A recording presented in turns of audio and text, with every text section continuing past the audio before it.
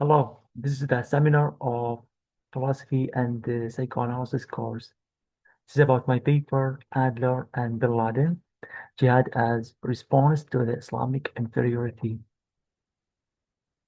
Terrorism I've been studying through geopolitical, socio-economic, and theological frameworks. Although these approaches have provided a wonderful and profound explanation to this phenomenon, I argue that these frameworks have neglected the importance of individual leadership in Islamic thought. For this reason, I will study terrorism from individual psychology, uh, because almost all the terrorist groups have been constructed around one important figure. For example, ISIS about al-Baghdadi, Al-Qaeda about bin Laden, and Taliban about Mullah Omar. We need to back to the Islamic jurisprudence and the notion of the nation. Some consider itself as a nation, Ummah. As Quran mentioned that this Ummah is one, and that your God worship me. So, according to the Islamic jurisprudence, when any Muslim is harmed anywhere, they must help him. So, if one help it, that's okay. If no one, that means all Muslims are guilty. So when the Soviet Union have occupied Afghanistan, a lot of Arabs and Muslims went there to help the Afghan people. And there constructed the base, which means the Qaeda in the Islamic in the Arabic language. And then became very famous terrorist group. Also that happened in Iraq after American invasion and Syria. Some as a defeated nation. Islamic world has been suffering from the Western interventions since the fall of the Ottoman Empire and beyond. Uh, and almost all of them conquered or colonized by the Russians and Europeans. So this constructed a sense of inferiority to the Western world. While the United States gained its hostility in the Islamic mentality, in my opinion, for three reasons. Firstly, unlimited support for Israel, its support for the authoritarian regimes in the Middle East and other places, and lastly, anti-communist policies. Interestingly, in the Arab world, a lot of radical groups used the propaganda of communism against the United States and the spread things. Inferiority complex. Uh, I argue that the Islamic world is suffering from inferiority complex. Uh, According to Adler, the inferiority complex is a profound feeling of inefficiency or insecurity, often stemming from real or imagined physical or social deficiencies. This theory centers on the idea that people primarily motivated by need or social connection and drive overcome feelings of inferiority. But this become a pathological when it is very severe, not just as normal. Some as honor for people.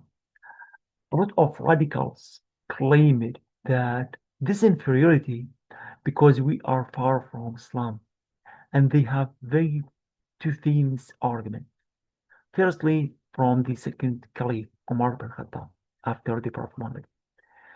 He described the pre-Islamic period as time of inferiority, but Islam changed the equation. And if Muslims try to find honor beyond Islam, they will gain no more than inferiority. And this is very famous in their propaganda. And secondly, of course, from Quran, which it clearly mentioned that will provide honor for its followers and shame for its disbelievers. And of course, a lot of other verses that God will help or support him. Here's my second important argument. The Islamic uh, thought and individual leadership. Some have strong belief in individual leadership. Even the caliphate, indeed, is about one caliph with a consultative group, uh, and that's still even in the Gulf state that any new king, uh, the people should provide a Islamic allegiance to according to constitution. Even the modern Turkey, the Turkish presence in the Anatolia was because Muhammad II, uh, who captured the uh, Istanbul. So individual leadership in the Islamic thought, it is very active. It's pretty complex. Instead these radicals, instead of choose the healthy uh, way for compensation, unfortunately they choose the pathological one. One of that, the separate complex. So it is when someone acts overconfident and arrogant to cover the feelings of inferiority. One of that, like the caliphate, when ISIS claimed they want to launch a caliphate, I argue this is a separate complex because in caliphate, the Muslims are first and others are second and is a lower position. And that's absolutely a pathological one. So in this seminar or this paper, my main argument that terrorism is overcompensation, pathological overcompensation uh, from a individual say terrorism as overcompensation. From Adlerian psychological perspective, the phenomenon of terrorism can be interpreted as a form of violent compensation or overcompensation for the inferiority complex that the Islamic world is suffering from it because the Western intervention is American. And instead of adapting healthy mechanisms such as developing the state or economy or democracy, unfortunately, the radicals have chosen the pathological choice, which is violence. So in this paper, I have studied terrorism from individual psychology because of the importance of individual leadership uh, and even the caliphate, for example, it is a form of superior complex. It's not just as historical nostalgia or imperial ambition, because the caliphate, a kind of compensation.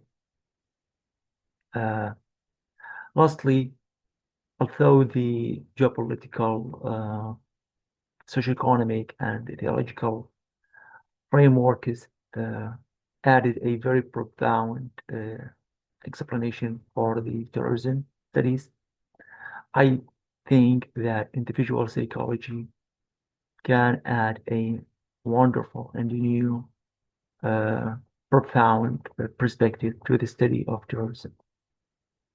Thank you.